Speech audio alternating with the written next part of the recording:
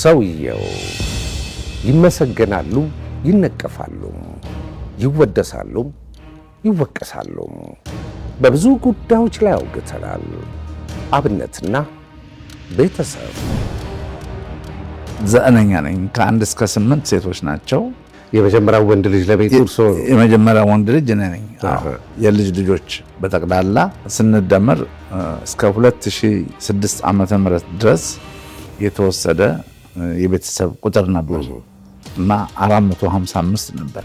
አብነትና ሼህ መሐመድ አሊ አላሙዲ ለ32 ዓመት ሳናቋርጥ በጣም ቅርብ በመሆን በወዳጅነት፣ በወንድማማችነት፣ በቤተሰብነት ቆይተናል። ከተማው ቀውጢ የሆነ በስልክ እሳቸው ደውሉን ይፈልጋሉ።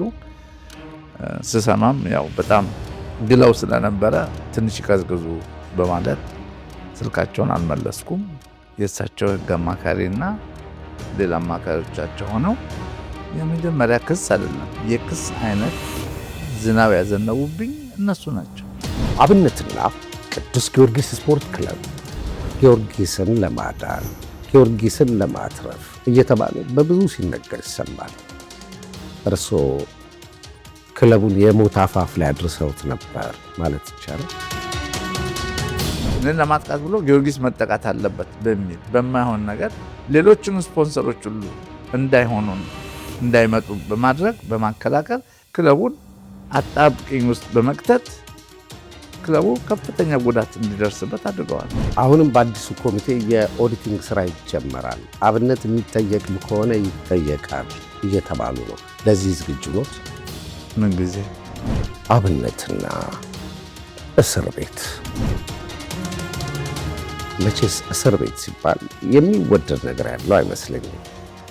ግን ለእርሶ ከባዱ ነገር ምን ነበረ? ባላመንክበት ባልፈጠርከው ነገር ስትወነጀል ሰው ነኝ ይሰማኛል።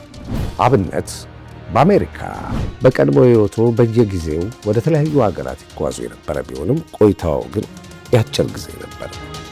አሁን ግን ከ2 ዓመት በላይ እዚህ አሜሪካ ነው ያሉት። እንደው ወደ ኢትዮጵያ ብመለስ ያሰጋኛል የሚሉት ነገር አለ? አብነት ገብረ መስቀል ዛሬና ትናንትና ቨርጂኒያ አሜሪካ። ጤና ይስጥልኝ፣ እንደምን ሰንብታችኋል?